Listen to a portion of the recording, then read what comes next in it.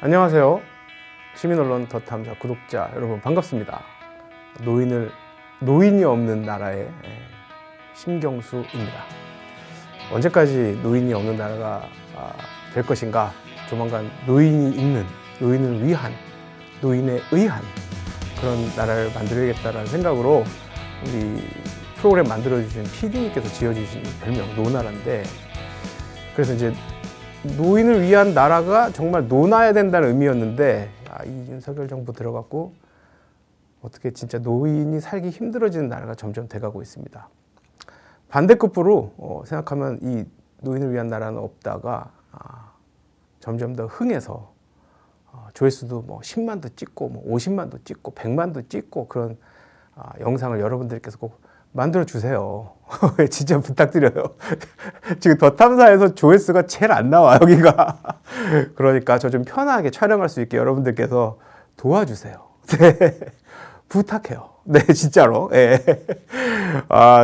참 살기가 퍽퍽합니다, 여러분. 제가 그래서 오프닝을 좀 편안하게 최근에 좀 하고 있는데요. 제가 할 수 있는 건 여기까지고요. 네. 또 오늘 노나라에서 심각한 얘기를 좀 해보고자 합니다. 겨울철이 되고요. 요즘처럼 이렇게 추우면 저는 당장 뭐 그냥 난방비를 해결할 수 있는 정도는 되니까 난방비가 올라도 그냥 조금 더 부담한다는 생각을 하고 따뜻하게 지낼 수 있습니다. 그런데 제가 처음 미국 갔을 때요. 97년, 8년, 9년, 1997년, 98년, 99년 그때는 제가 처음 미국 가서 돈이 없었잖아요. 유학생이 무슨 돈이 있습니까? 게다가 IMF, 한국에 저희 집 폭삭 망함. 그러니까 주머니가 항상 얕았어요. 돈이 없었어요, 진짜. 그래서 뭐 한 15,000원, 2만 원 갖고 한 달 반 살아본 적도 있고요. 굉장히 없이 살았습니다. 근데 제가 그때 살던 아파트의 난방비가 희한한 게 전체 이 공간의 난방은 전기로 하는 거였어요. 근데 그건 제가 돈을 내야 돼요. 한 달에 제 생각에 한 15불, 16불, 20불 미만 냈던 것 같아요. 뭐 주로 학교에서 생활 많이 하고 집에 와서는 가급적 난방을 많이는 안 하고 돈이 아까우니까 그냥 전기장판 쓰고 뭐 이렇게 살았으니까. 근데 희한하게 쿠킹 가스라고 하죠. 음식 할 때, 주방에서 요리할 때 나오는 가스는 공짜였어요. 프리. 그러니까 머리를 어떻게 돌리냐면요. 그럼 이 전기도 쓰지 말고 그 가스로 전체를 히팅을 할 수 있는 방법이 없을까? 그래서 들통이라고 하죠. 한국 들통, 큰 들통에 물을 붓고 가스를 틀어놓고 물을 끓였어요. 그러니까 뭐 아내가 습도도 많아지고 뭐 별로 따뜻해지지도 않더라고요. 근데 불이 있는 것만으로도 마음의 위안이 되는 거죠. 급하면 가서 손도 뗄 수 있고 발도 뗄 수 있고 뭐 음식이야 뭐 계속 거기서 그냥 공짜로. 그러니까 어쨌든 공짜니까 부담이 없으니까. 그러니까 제가 그 아파트를 석사과정 하던 2년 정도를 살았으니까 2년 동안은 제가 겨울에는 난방을 거의 안 했어요. 그런 식으로 난방을 했어요. 제 주머니 돈 10불, 20불 아끼기 위해서. 한국 돈으로 15,000원, 23,000원, 4,000원 아끼기 위해서. 그 돈 아끼면 빵을 살 수 있으니까. 쌀을 한 포대 살 수 있으니까. 김치를 2병 살 수 있으니까. 1병 반 정도 살 수 있으니까. 그러니까 아끼면 아낄 수밖에 없는 게, 아낄 수 있는 건 최대한 아껴서 다른 걸 살 수 있으니까. 그때 제가 30살이었습니다, 여러분. 그런데 현재 대한민국 노인의 한 40% 정도가 빈곤층이십니다. 빈곤층이라는 말은 넉넉하지 않다는 얘기죠. 근데 정부의 보조를 받아야 되는 극빈층이라는 얘기는 정부에서 지원해 주는 돈, 기초연금 같은 거, 노인 일자리 가서 그런 거 의존해서 사셔야 된다는 거예요. 거기 플러스 박스. 그러면 그 소득 수준이 얼마나 되겠어요, 여러분? 겨울철 난방비가 지금처럼 이렇게 도시가스 요금 지금 2배 올랐죠. 심한 분들은 3배, 4배까지 오른 분들이 계시대요. 지금 아우성 난립니다. 그래서 지금 전기장판으로 가고 실내 공기를 보일러로 뭐 가스 뭐 보일러 써갖고 실내를 따뜻하게 한다. 고시원에 계시는 분들이나 어르신들, 그 보조금으로 생활을 하시는 어르신들은 아마 거의 꿈을 꾸지 못하실 거예요. 임대 아파트 계시는 분들도 힘드실 거예요. 도시가스 너무 올라갔고 지금. 제가 왜 오늘 처음 제가 유학하던 시대 얘기를 했냐면, 나이가 30살이어도요, 공짜로 할 수 있는 건 공짜로 최대한 하게 됩니다. 그리고 돈을 최대한 지출을 줄이게 됩니다. 어르신들도 지금 도시가스 요금 오르고, 난방비, 기타 전기 요금 오르고, 뭐 LNG 뭐 오르고, 연탄 오르고 다 오르고 있습니다. 그러면 어르신들은 난방을 하지 않습니다. 그분들께 현금 몇 푼 지어드려 봐야 난방을 하지 않습니다, 여러분. 그러면 연세 드신 어르신분들께서 겨울에 이 한파에 난방을 못 하시고 옷만 끼어 입으신다는 건, 이거는 삶의 질이 어마어마하게 낮은 거죠. 한쪽에선 있는 사람들은 아파트에서 보일러 켜고, 솔직히 이 부자들은, 있는 사람들은, 중산층 이상의 삶을 누리는 분들은 그거 뭐 몇만 원, 10만 원, 20만 원 낼 수 있습니다. 그대로 아이들이 있기 때문에 또 뭐 10만 원, 20만 원 더 내지 됩니다. 그대로 하시던 대로 합니다. 보일러 떼고 여름에 반팔 입고 반바지 입고. 저는 아직도 그러한 경험이 있기 때문에, 또 유학생활 하다 보니까 아끼는 버릇이 있어서, 또 제 체질 자체가 막 따뜻한 데서는 못 있어요. 그러다 보니까 겨울에는 옷을 좀 입고 실내에서 지내는 편이에요. 난방을 잘 안 하는 편이에요. 그러니까 저희 부모님이 제 방에는 안 들어오세요, 추우셔서. 제 방에서 밖에 거실만 나가도 사우나 들어간 것처럼 후끈합니다. 어르신들 두 분이 계시기 때문에. 그 변수가 또 하나 있는 거예요. 어르신들은 추위를 많이 타세요. 히트텍 같은 거라고 하나요? 그 안에 따뜻하게 입는 옷? 그런 걸 막 입으시고, 밖에 겉에 무슨 옷을 입으시고 재킷을 또 입으셔도 추우세요. 환기도 잘 안 하세요, 춥다고. 그러니까 연세 드시면 몸에 열기가 점점 떨어지는 경향이 있고, 혈액순환도 원활치 않기 때문에 이 추위를 많이 느끼십니다. 예, 같은 조건이라도 더 추위를 느끼실 수밖에 없기 때문에, 어르신들을 위해서는 공공 서비스가 현금 지원이 아니라, 바우처로 드리는 게 아니라, 그분들이 사용하시는 연료비, 뭐 여름에는 뭐 냉방비가 되고, 겨울에는 난방비가 되겠죠. 얼마를 사용하시는 부분에 대해서 정부가 책임을 지고, 정부가 여력이 안 되면 7, 80%를 정부가 대신 페이를 해주는, 뭐 그런 게 돼야지. 현재 우리나라 지금 에너지 바우처라는 게 있거든요, 여러분. 에너지 바우처. 2인 기준에서요. 2인 기준에서 19만 원입니다. 19만 원. 근데 그 19만 원이 적용되는 범위가 뭐냐면, 정확하게 한 달에 19만 원 아니고요. 여름철, 겨울철입니다. 그럼 제가 볼 땐 그 1년에 지원되는 그 지원 같아요. 제가 자세하게 못 봤는데, 아마 정확하게 그 서비스를 받으시는 분께서는 저희 그 더 탐사 노나라의 영상, 요 영상 댓글로 남겨주시면 제가 더 파악하겠고, 제가 좀 몇 가지 이렇게 살펴보니까 기간을 애매하게 해놨어요. 여름철, 겨울철. 그걸 뭉뚱그려서 2인 가족 기준으로 2020년 기준 19만 원 지원이 돼요. 18만 9천 얼마가 지원이 돼요. 그럼 그걸 나눠보세요, 여러분. 여름철, 겨울철이 최소한 4달, 2달씩 잡아서 4달이라고 치면요. 4달 동안 20만 원이면 한 달에 5만 원이에요. 한 달에 5만 원으로 어떻게 난방을 충분히 합니까? 현실적으로. 그러니까 그걸 해주고 우리는 정부에서 지원한다. 여름철, 겨울철 한다. 뭐 이렇게 얘기하는 겁니다. 그거 얼마나 그게 참 홍보만 하는 부실한 그런 에너지 지원 정책입니까? 그래서 제가 바우처를 싫어하는 겁니다.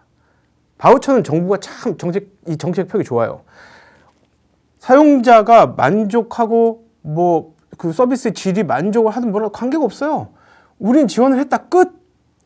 왜? 바우처를 준다는 건 서비스 이용자가 그 바우처로 내가 원하는 서비스를 선택하게 만드는 거거든요. 그러니까 오롯이 그 선택의 결과는 서비스 이용자에게 있는 거지, 바우처를 만들어서 제공하는 정부에 있지는 않습니다.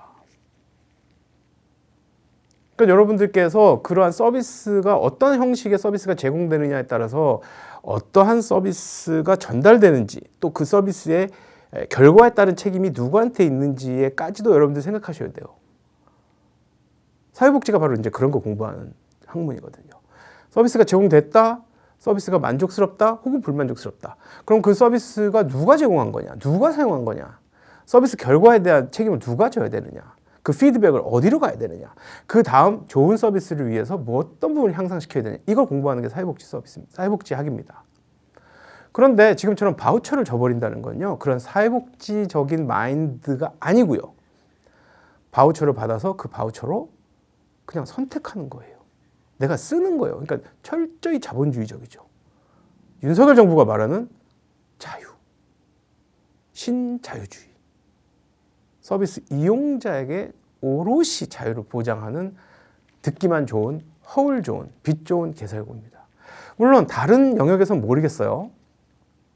그런데 사회복지에서만큼은요, 이 자유는 그렇게 바람직하지 않은 가치입니다. 물론 자기결정권이라든지 자유스럽게 판단하는 부분은 있긴 있습니다. 하지만 이렇게 노인 서비스, 제가 오늘 말씀드린 이 뭐 에너지 관련된, 뭐 냉난방 서비스, 요금 관련된 그러한 서비스에 있어서는 지나친 자유를 강조하는 건 제대로 된 서비스가, 정말 필요한 서비스가 만족할 만한 수준으로 제공되지 않을 가능성이 매우 높다라는 걸 여러분들께 말씀드립니다. 그렇다면 다른 나라도 다 바우처 주지 않나요? 하시는데 바우처 주는 나라도 있어요. 사회복지 수준이 매우 낮은 미국이라는 국가의 서비스, 에너지 지원 정책에 대해서 제가 말씀드릴게요. 미국은 자본주의적으로 매우 강대국이고 시스템 잘 되어 있지만요, 사회복지학으로 봤을 때는 미국은 선진국은 아니에요. 그러나 제공되어지는 금액이 워낙 넉넉히, 이번에 그 코로나 때도 보세요, 여러분. 몇십만 원 단위가 아니에요. 몇백만 원 단위로 줘요. 그러니까 불만이 없는 거죠. 그때 재난지원금 1인당 100만 원씩 줬다고 생각해 보세요, 여러분. 그럼 4인 가족 400만 원 받았다고 생각해 보세요. 이야, 우리나라 좋은데? 이 반응이 나옵니다. 근데 그때 당시 기재부 홍남기 수장, 홍남기 씨 40% 무슨 말도 안 되는 숫자 들이대면서 재정 무슨 율 뭐 이런 거, 저는 뭐 그런 거 잘 모릅니다만, 국가 무슨 부채 비율 40% 얘기하면서 1인당 30만 원 뭐 40만 원인가 30만 원인가 뭐 알량해서 액수 기억도 안 납니다. 100만 원씩 받았으면은 기억에 확실히 남았을 거예요. 야, 우리나라 대단하다. 역시 세금으로 잘 쓰는구나. 문재인 정부 대단하다. 문재인 정부 마지막에 그 영향이 정말 컸어요. 정말. 특히 소상공인 분들 다 나자빠졌어요. 왜 돈을 안 주느냐. 그런데 미국은 엄청 줬어요. 그 사람들은 뭐 세계 경제를 잡고 있는 경제 대국답게 충분히 주고 본인들이 충분히 선택하도록 했어요. 그럴 때 적용되는 게 자유예요. 충분히 내가 시장에서 살 수 있을 때. 하지만 우리나라는 30만 원 주고 뭘 자유롭게 선택합니까? 그리고 빈곤선 이하 사시는 40% 어르신분들 30만 원 갖고 다른 거 하지 소고기 못 사 먹습니다, 여러분. 그 돈으로는 소고기 못 사 먹습니다. 왜? 다음 달에 뭘 해야 되니까 또. 어르신들은 이렇게 도시가스 요금이라든지 공공요금이 오르잖아요. 안 쓰세요, 그냥 무조건. 젊은 사람들처럼 뭐 인터넷 들어가서 에너지 난방비, 냉방비, 난방비 줄이는 꿀팁, 뭐 어떻게 해서 뭐 어떻게 하고 유튜브 안 보세요. 못 보세요. 그리고 인터넷에 올라온 에너지 바우처 신청하는 법 여러분 가보세요. 제가 가봐도요, 복잡해서 못해요. 어디로 가야 되라, 뭘 어떻게 해야 되라, 언제 와야 되라. 3단계, 4단계요. 그럼 2단계, 3단계 넘어가면서 에이, 나 안 쓰고 말란다. 그것이 바로 어르신들의 일반적인 패턴이에요. 또 글씨도 작아요. 그러니까 여러 가지로 어르신들께서 특히 경제적으로 어렵게 사시는 분들에게 친화적이지 못한 정부, 윤석열 정부의 이 말도 안 되는 복지 정책이 계속 실정이 계속되고 있습니다. 제가 아까 뭐 미국 예를 드린다고 했는데 제가 사회복지사로 일했잖아요. 또 제가 또 올해는 한 군데서 일을 안 했어도 짧게 다양하게 일은 많이 했어요. 예. 그 사회복지사로 시카고에서 제가 일을 했었습니다. 그래서 어르신들에 대한 서비스는 제가 직접 경험을 했는데요. 그 자본주의가 팽배한 미국에서도요, 어르신들 계시는 곳으로 사회복지사가 갑니다. 그래서 직접 신청을 받습니다. 그래서 사회복지 예산은 확충이 돼야 되고, 특히 시스템이라든지 무슨 전산 시스템을 어떻게 바꾼다, 소용없습니다. 솔직히 말해서. 그게 들어간 노력이 이만큼이면 거기서 나오는 효과는 이만큼밖에 안 됩니다. 사회복지 아마 하시는 분들은 다 아실 겁니다. 사회복지 예산은요, 인력 확충입니다. 그래서 최대한 사각지대 줄이는 게 우리나라 지금 사회복지 서비스 향상시키는 길입니다. 그 사회복지 서비스가 넉넉한 미국에서도 본인들이 와서 신청하는 게 아니라 법적으로 정해져 있어요. 시스템이. 어르신들 사는 곳으로 갑니다. 노인 아파트에 방문하거나 개인으로 사시는 곳엔 찾아가고 방문을 합니다. 그걸 누가 하느냐? 사회복지사들이 합니다. 사회복지사들이 그걸 다 해? 사회복지사 많으면 되잖아요. 사회복지사 월급도 많이 안 주면서. 왜 그렇게 안 뽑습니까? 사회복지 공부하는 사람들, 졸업하는 사람들, 정의로움과 열정과 희망을 갖고 사회복지계에 헌신하겠다. 기본적인 것밖에 주지도 않으면서 그거 받으면서 내가 할 용의가 있다는 사람들이 얼마나 많습니까? 우리나라의 사회복지학과 얼마나 많습니까? 훌륭하신 교수님들이 얼마나 훌륭하게 가르쳐서 배출을 시키십니까? 1급 사회복지사 많습니다. 2급, 3급이 있나 요즘? 모르겠는데 2급은 있는 걸로 알고 있고 여름에 한번 일주일 가고요. 겨울에 일주일 가요. 그럼 가서 한 분도 예외 없이 정말 어디 뭐 친척 방문을 위해서 갔던 분도 나중에 우리가 따라가서 쫓아가서 할 정도로 단 한 분도 예외 없이 저희가 다 신청 받습니다. 말씀하시는 대로. 연세가 어떻게 되십니까? 현재 소득이 어떻게 되십니까? 현재 지원금 얼마 받습니까? 저희가 또 전산으로 다 확인 가능하고 일단 본인이 말씀하신 대로 적고 저희가 더블 체크를 하고 그러면 얼마 지원할 수 있다는 게 나오는데 에너지 신청은요. 대동소이해요. 거의 비슷하게 나와요. 그러니까 여름철에 겨울철에 한국 돈으로 약 한 15만 원에서 20만 원 정도 나왔던 것 같아요. 근데 미국은 난방비가 싸요. 냉방비도 싸고 그 돈이 남아요. 그리고 시카고시에서 갖고 있는 연장자들 명단 중에 신청이 안 된 분들을 확인해서 저희들한테 넘겨줘요. 이분들은 어떻게 됐냐 가서 확인해라. 그럼 사회복지사가 노인 아파트를 가든 사시는 거주지를 가요. 가서 확인해요. 그러니까 그럴 정도로 해야 사각지대가 줄어들고 진짜 중요한 서비스가 가는데요. 제가 봤을 때는 그때 그거를 하는 경비는요. 사회복지사만 있으면 돼요. 볼펜 있으면 되고요. 그거 왜 안 하는지 모르겠어요. 하는 방법이 뭐 몰라서 저보다 공부 많이 하신 사회복지 그 교수님도 많으시고 저보다 더 많은 부분을 알고 계시는 분들도 계신데 제가 하는 거면 그분들 다 아십니다. 근데 왜 그 단순한 걸 못하는지 모르겠어요. 그러니까 중요한 건 뭐라는 것을 우리가 잊으면 안 된다는 거죠. 어르신들 지금 2인 19만 원, 전기, 도시가스, 지역 난방, 등유, LPG, 연탄 이걸 다 1년에 19만 원으로 해결하라는 겁니다. 2인 가족 기준. 그걸 어떻게 합니까? 그러니까 어디서 보조금이 들어오면 쓰지 못하고 아껴뒀다가 그걸 추가로 사용을 하시는 거예요. 그러면서 윤석열 정부에서는 그런 서비스도 줄여가면서 어디를 두텁게 한다는데 누구를 어디를 두텁게 한다는 거예요. 도대체 기본 서비스도 안 해주면서. 제가 계속 반복적으로 말씀드리지만 우리나라 대한민국의 사회복지 서비스는 두텁게 할 수가 없는 상황입니다. 지금은 두텁게 해서도 안 되고요. 일단은 특히 노인 인구 중에서 40%, 38%, 40%에 해당하는 이 빈곤선에 계신 분들을 일단 끌어올려야 됩니다. 그래서 우리나라의 빈곤선 비율을 쭉 내려야 돼요. 그런데 또 최근에 얼마 전부터 나오는 얘기가 있죠. 문재인 정부에서 그런 여러 가지 사회 경제적 통계를 조작을 했다. 그 감사원이 감사를 한다. 저는 사실 그 뉴스를 보고요. 코웃음을 쳤어요. 모든 통계는 통계를 원하는 사람의 개입이 될 수밖에 없습니다. 그 사람이 원하는 대로 디자인을 하고 그 사람이 원하는 대로 통계를 잡을 수밖에 없습니다. 우리가 뭐 리얼미터 다르고 갤럽 다르고 다 다르죠. 다 이유가 있는 거예요.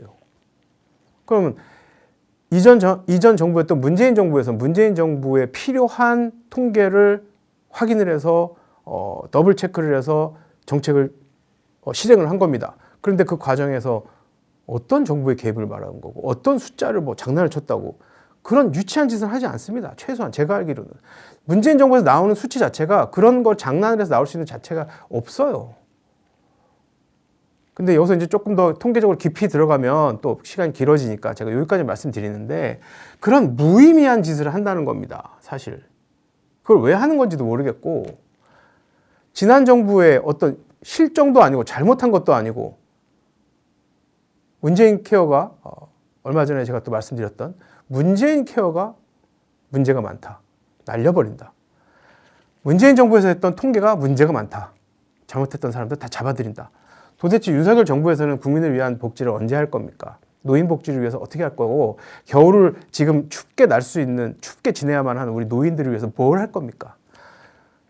틀림없이 이 영상 밑에는 2번을 선택한 노인분들은 당해도 싸다. 뭐 이렇게 말씀하실 건데 개인 의견이시니까 제가 존중은 하겠습니다. 하지만 우리가 그렇게만 생각하면 함께 나아가지 못합니다. 예. 정치적인 이념을 갖고 다투실 땐 다투시되 이러한 전체 노인의 삶이 따뜻해지고 전체 노인의 삶이 윤택해지고 최소한을 보장받기 위해서는 그런 정치적인 이념 빼고요. 기본적인 사항에 대해서 기본적인 삶의 철학에 대해서 우리가 얘기를 해야 되는 겁니다. 그러니까 저는 지금 윤석열 정부에 대해서 뭐 1번을 2번을 정치적으로 진보 보수 이거 말씀드리는 게 아닙니다. 노나라는 사실 몇 개의 영상 빼고는 대부분 노인의 삶에 대해서 말씀드리는 겁니다. 어렵게 사시는 분들 윤석열 대통령 선택하신 분들 많아요. 또 풍족하게 사시는 분들도 윤석열 대통령 선택하신 분들 많아요.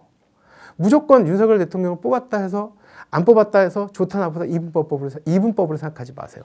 지금은 이 영상을 보시는 분들께서는 이 겨울에 연세 드신 어르신들께서 꽁꽁 언 찬밥을 하루 종일 드셔야 되는 상황에 대해서 말씀드리는 겁니다. 여러분, 노나라는요, 가급적 정치에 대한 얘기를 안 하려고 합니다. 다만 이 정부의 실정에 대해서 말씀드릴 뿐입니다.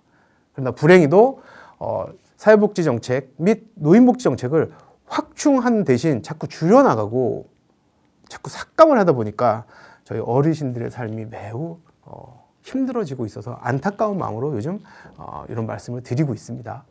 그러니 여러분들께서 그런 부분들을 좀 양해해 주시고 너무 윤석열 대통령 찍은 분들 미워하지 마세요.